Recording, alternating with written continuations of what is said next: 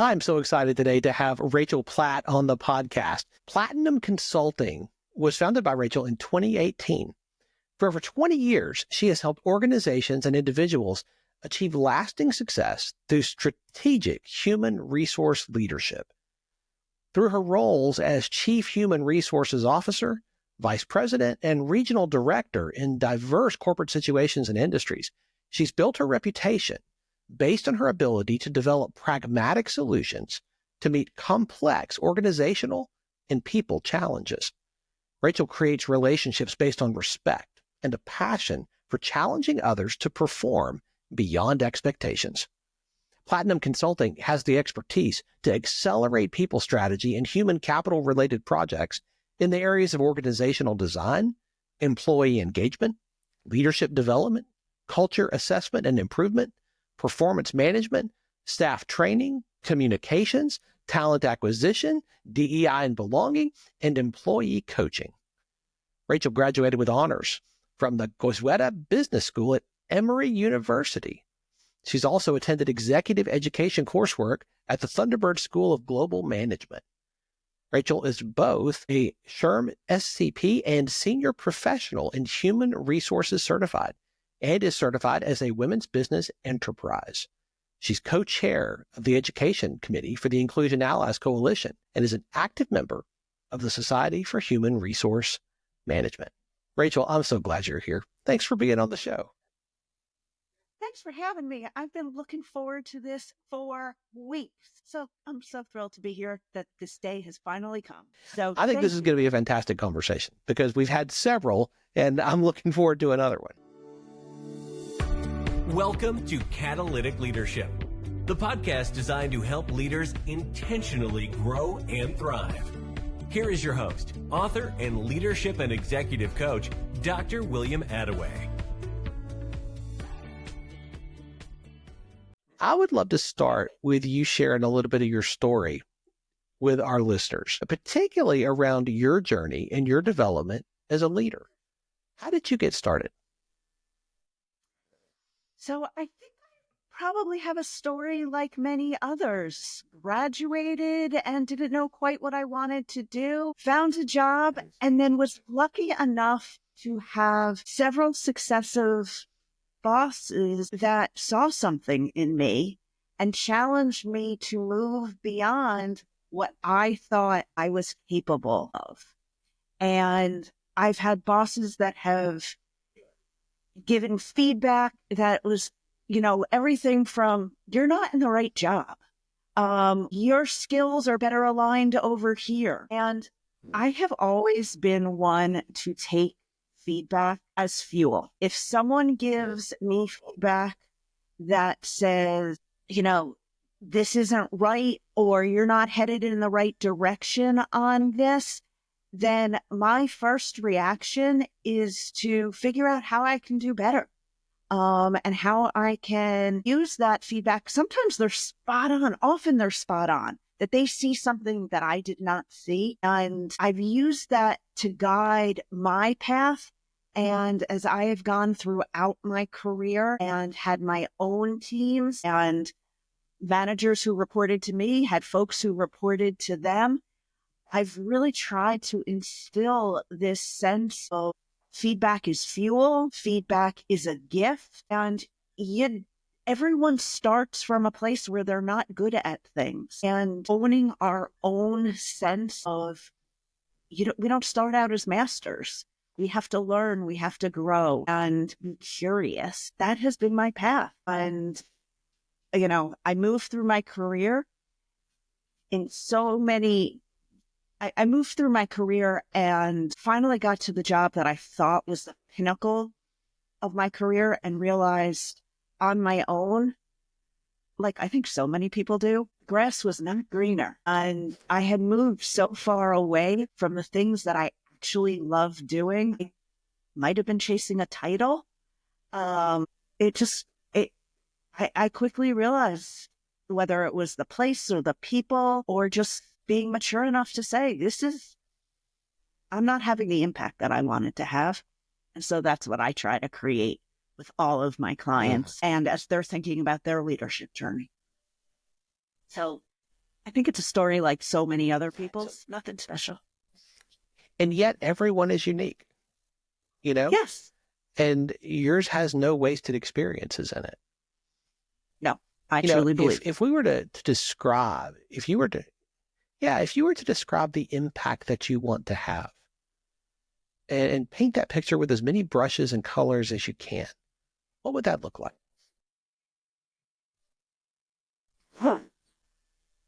Probably like a Jackson Pollock. Lots of different colors in all different places. I don't know if you know that artist, but lots coming. Absolutely. But absolutely. I mean, I think that there are just so many key, having an impact on an individual level. When you're thinking about leadership and you're thinking about people's strategy, what people do in their careers has such an impact on every aspect of their life. I mean, their financial future, their emotional, in some cases, their mental health future, how they view the world, how they feel that they have impact. And so creating the systems and the tools that allow an organization to have a level of consistency, but also a level of customization. Impact to me is about how do you recognize the strengths in every individual and maximize that to meet whatever the mission is. And that happens within your family and your home life, or that happens within your work life as well. I hear a lot of people talk about strategy in their business, in their team, whatever organization they're leading. But there's not nearly as much discussion that I hear anyway around having a people strategy. And this is something that you talk a lot about. How would you describe that? So a lot of organizations, they talk about human resources, or they talk about talent management. Human resources, to me, I mean, this is my background. This is my educational background. I have spent my entire career in human resources. And yet, so much of it is tactical or compliance based. And really, what the strategy is about is, how do I look at what the business objectives are? How do I think about the human beings that work here and strategically align them, their skills, their abilities, their leadership strengths? How do I look at each of those components and build so that the organization can be more successful? You can't look at it in a silo or in a vacuum. You need to look holistically at what are the business objectives and how can each individual contribute to that?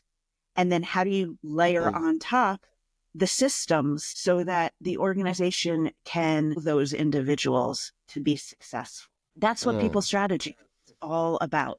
It's the economic, the internal, the external, the economics, the political, the values of the organization, the values of the team, all of that comes together in a blender to make just a mix of all of the different things together and get it, your idea if you paint the picture, there's a lot of different colors and textures that need to go in to really maximize the organization's ability to be successful and to maximize each individual's ability to be successful. So without an intentional people strategy, what are some of the ditches that you see companies or leaders drive into? They have retention issues. They struggle to give feedback both to their top performers who they're looking to retain, to their lower performers who, some tweaks could get them to be solid performers. But I haven't worked out an actual calculation on this. I've been thinking about this for weeks and months and years, actually. But I feel like there's a calculation out there that if you took all of your strong, fully contributing employees and were able to give them the feedback that allowed them to improve even by 5%, 10%, what's the bottom line business incremental outcomes? What's the profitability change? What's the employee retention change? So it really, people strategy for the organizations that do it, they are focused on how to maximize without burning their people out. And those that don't see the repercussions from retention and growth and employee engagement. Burnout is nothing new. I mean, we've known this was a very real thing for a very long time. But in a post-COVID world, I hear so much more from people who are saying, I'm experiencing this, I have experienced this, I see it ahead. And I think it's very real. But I'm still watching way too many companies and way too many leaders treat it as though it were a preference or a wish, something that, we'll just get over it kind of a thing. Having a people strategy, and I love how you talk about this, is understanding that people are resources that you have to steward well. You have to treat them as actual 3D human beings instead of as cogs in a machine that are just interchangeable. And part of that is helping them understand and right-sizing your expectations around what a healthy and sustainable pace looks like. How do you do that with companies that may or may not have placed a value on this in the past? So how you do it, that is an excellent question, because there are some organizations that are not bought in on this. And you can give them the data, you can show them the ramifications, you can do storytelling of real life examples, you can talk to them about how this is impacting their organization. And if they're not going to get it and not going to make a change, ultimately, people are going to vote with their feet and they're going to leave the organization. And that may take a long time. It may not be directly attributable to, or people may not be honest in their exit meetings about what was happening. But at the end of the day, you can lead the horse to water. Isn't that the expression? And yeah. I have all of the data and I talk with my clients about the data. For me, the good news personally is that often my clients are the ones who are ready and they really aspire to be an organization that goes beyond just basic compliance. They aspire to be an organization that really, they want the business to thrive and be more profitable, and they want their employees to thrive. So it is easier to get those organizations on board with some very specific and actionable ways to avoid burnout. Or actually said a better way is, yes, avoiding burnout is 100% a goal, but said in the opposite direction is, how do you actually create a sustainable workplace? We don't want to get to the point where people are burning out. We want to be long-term sustainable. Right. Do you find people push back on this? And if they do, why? Like, why is this not as real? Everybody is capable of burnout, I think, if you're running at an unhealthy and unsustainable pace. Why do you think there's pushback on this? In my experience, there is more communication. There's more talking about this than there has ever been before. But one of the challenges that I really think exists in a lot of industries is that the leaders, so many of the folks who are leaders now, they grew up in this environment of high stress, high burnout. You're not talking about this. And it's kind of a little bit, I had to push the boulder uphill both ways in the snow barefoot, and I turned out okay. So doesn't everybody have to do it that way? Think about the changes that have happened, like in hospitals, in, the healthcare industry, when you had your ER doctors who were supposed to be on like 48-hour shifts. Think about your public accountants whose busy seasons were 80-hour weeks. We're still seeing some leaders who are like, well, I did it and I survived. Toughen up, folks. It's just not happening quite as quickly as we would like in many cases. And in other cases, people just don't know how to fix it. They can't see any other way. And that's where some outside resources to help leaders to facilitate conversations. So often the answers exist within that organization. The people who work there can solve these problems if we're actually interested in listening and implementing. And change is hard, but change, resiliency and change and the ability to recognize that what we're doing is not sustainable, that constant curiosity of how to make things better, those are the best leaders that are out there, in my opinion.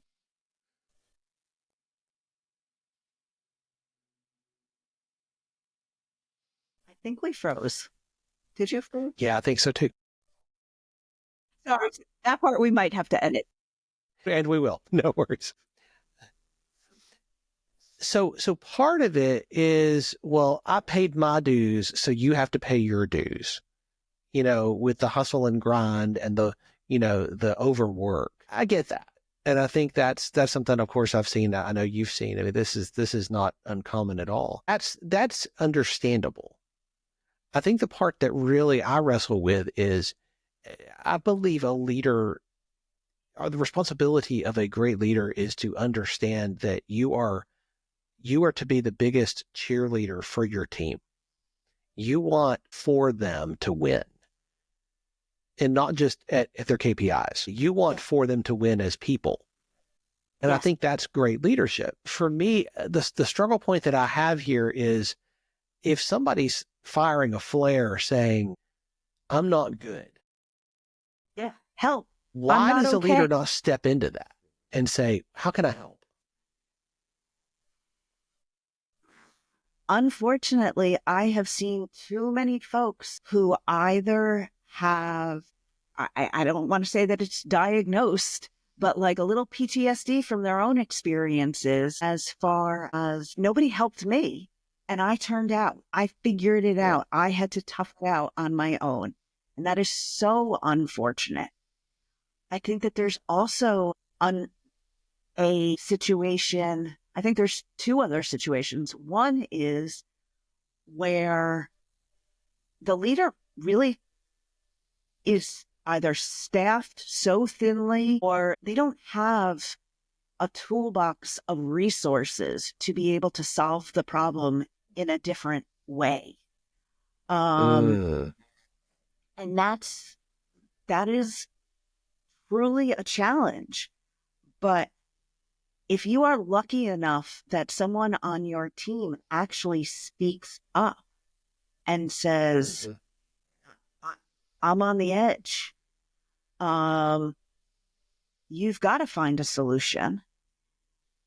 Because otherwise, the next thing that they're going to tell you is, I'm out.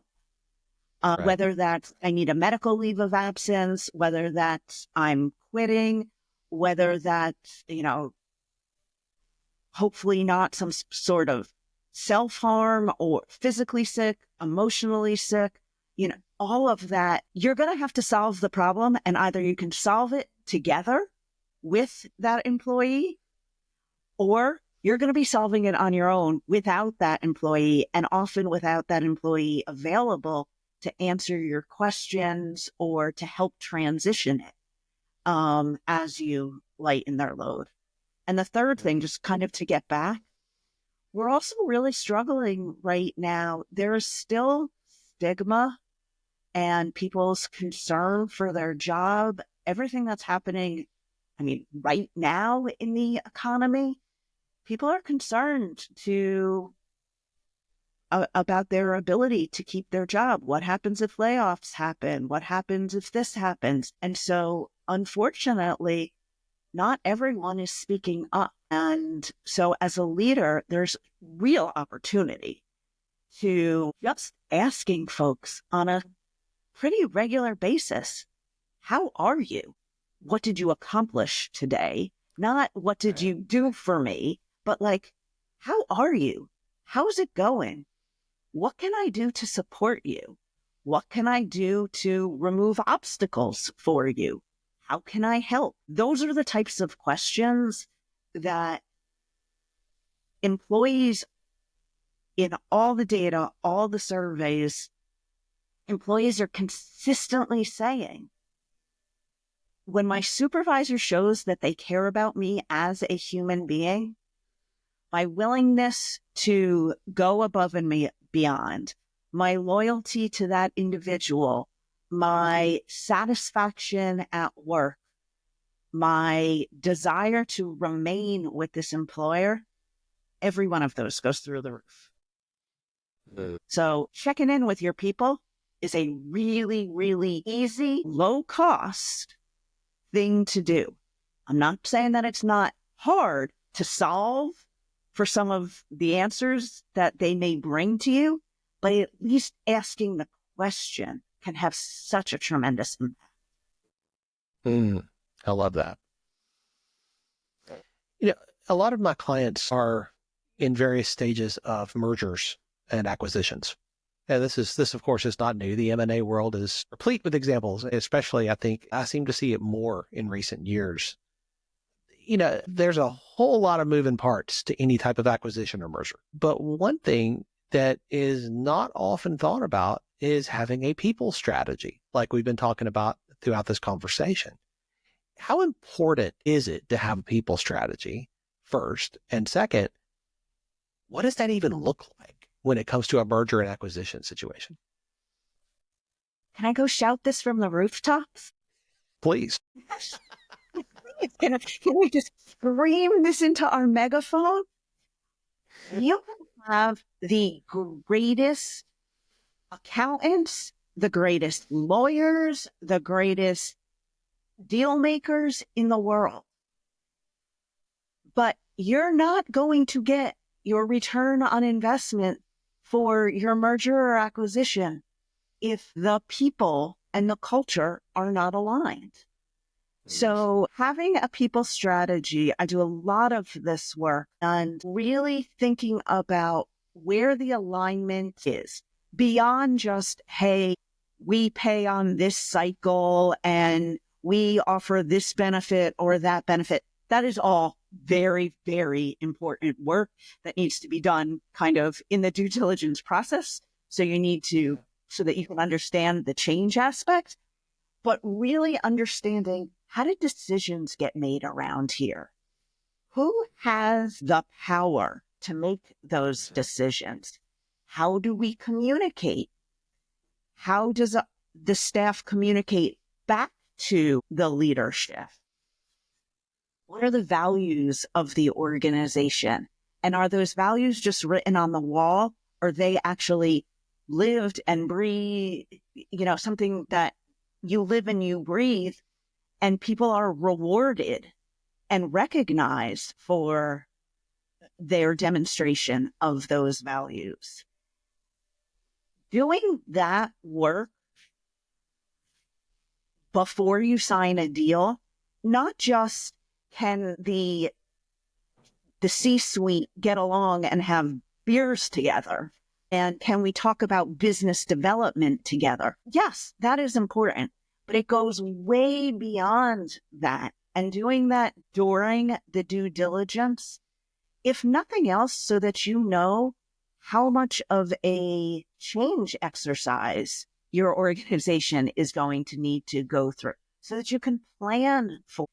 And then once you're in the integration standpoint, really, as the deal has been signed and you're planning for integration, people's strategy is all about change management, transparency, communication, helping people feel like they as individuals are valued and that they belong at this new organization. People want to know that things that they aligned with previously are going to be continued at the new organization, or if they're not going to be continued, they want to know about it so that their expectations are set properly. In my experience,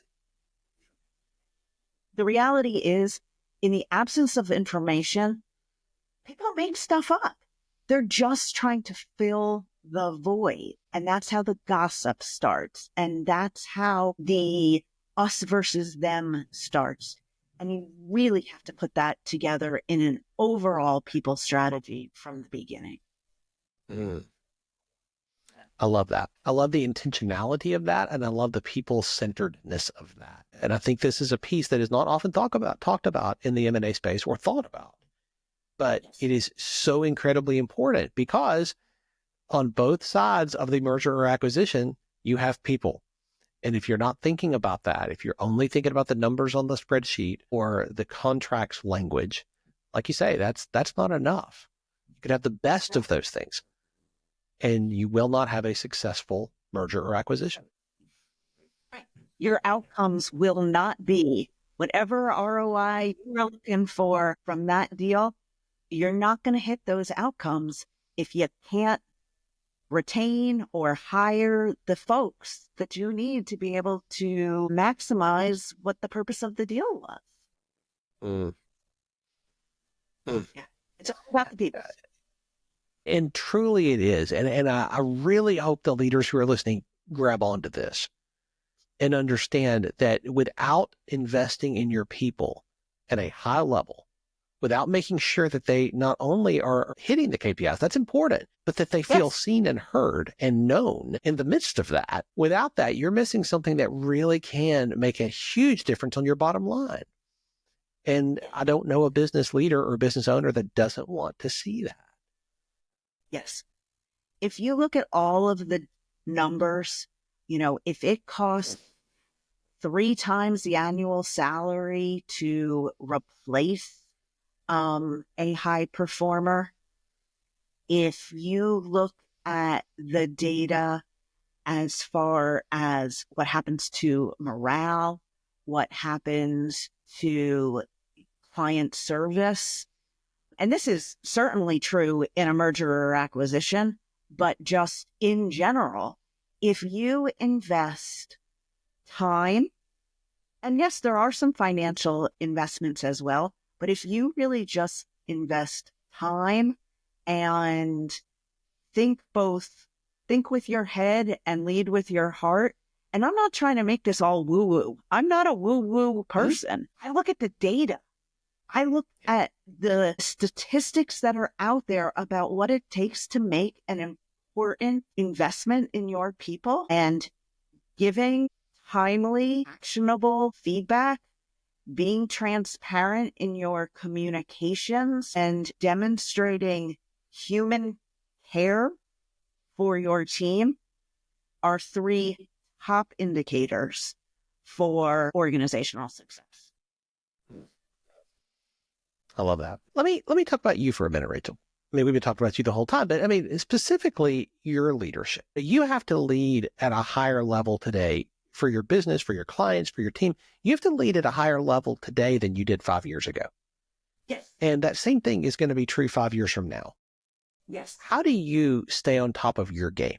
How do you level up with the leadership skills that you need to be developing so that you will be the leader that your clients and your business needs? That is such a great question, and is one that I have been spending a lot of time thinking about. I do a lot of reading. I read books that are out there.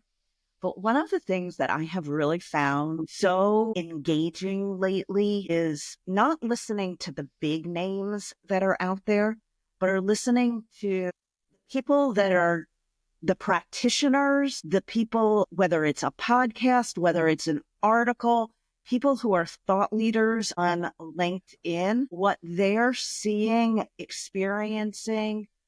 There's just, I'm curious. I think people are fascinating, why they do the things that they do and the business behind that. And so I spend a significant amount of time. I used to think of it jokingly, oh my goodness, I'm wasting a lot of time on LinkedIn, it's social media. I'm not talking Facebook or Instagram, anything like that, but like even just on LinkedIn, I'm wasting a lot of time. And once I reframed that for myself and I realized that actually this is where I'm learning. This is how I'm upskilling myself.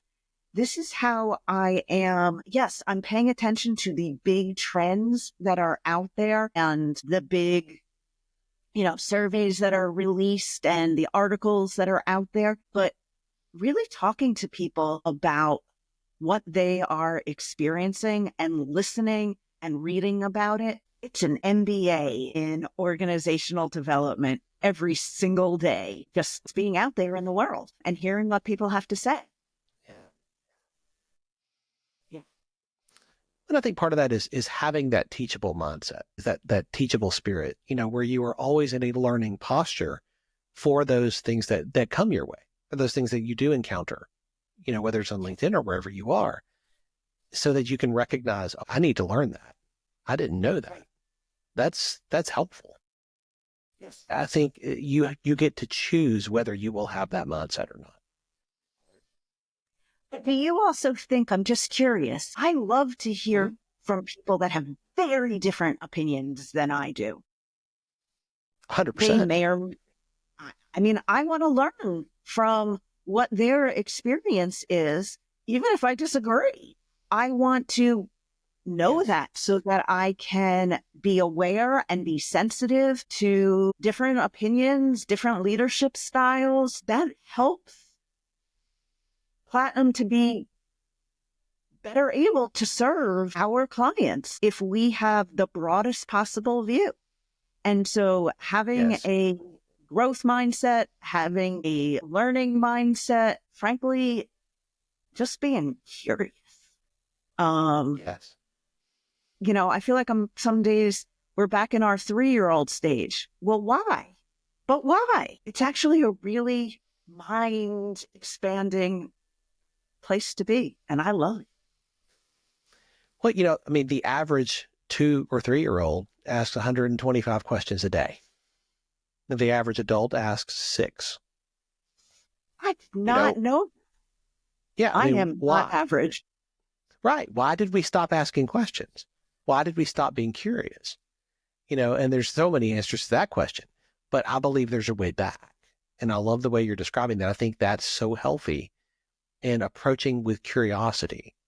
And if you're only listening or reading people that you already agree with, all you're creating is an echo chamber. And if you're a leader doing that, let me just encourage you to stop it right now. You need to be exposed to ideas that are far beyond that. I read people I disagree with all the time because it helps me to understand different positions and perspectives. I may still disagree at the end, but you can learn from anybody. Sometimes you learn what's not helpful or what not to do, but that can be incredibly valuable. So I agree wholeheartedly. Yeah. Some of my best experiences now looking back were some of my worst experiences. How not to do this, how not to treat people, how not to be a leader. Boy, can you learn a lot from those things. We could do a whole other segment on that. And I have. I've got a drawer full of t-shirts. That's right. Yes. I love that. Rachel, is there a book that has made a big difference in your journey as you've been growing and learning as a leader? A book that has really resonated that you would recommend to the leaders who are listening? I feel like if you have done 200 plus episodes, I feel like so many people must have said this before, but I am a Brené Brown believer. I Dare to Lead, any articles she puts out. I mean, I don't think she and I could be more different, but I just find her way of thinking, her way of being curious, what she talks about in terms of vulnerability, shame, how to be a better human being, how work advice goes to parenting, relationship advice, family advice, all of those things. I would say if there's anyone she has had and her books have had the biggest influence on me personally, and tend to be books that I recommend to up and coming leaders, even if it is just to say, this doesn't resonate with me, because it doesn't resonate with everyone. It resonates with me, but it doesn't resonate with everyone. And I just think it's a really good grounding for folks as they're moving through their leadership ability. I definitely would agree. Highly recommend her books. She has taught me quite a bit over the years, and I continue to learn from her. So I will concur most heartily with Brené Brown.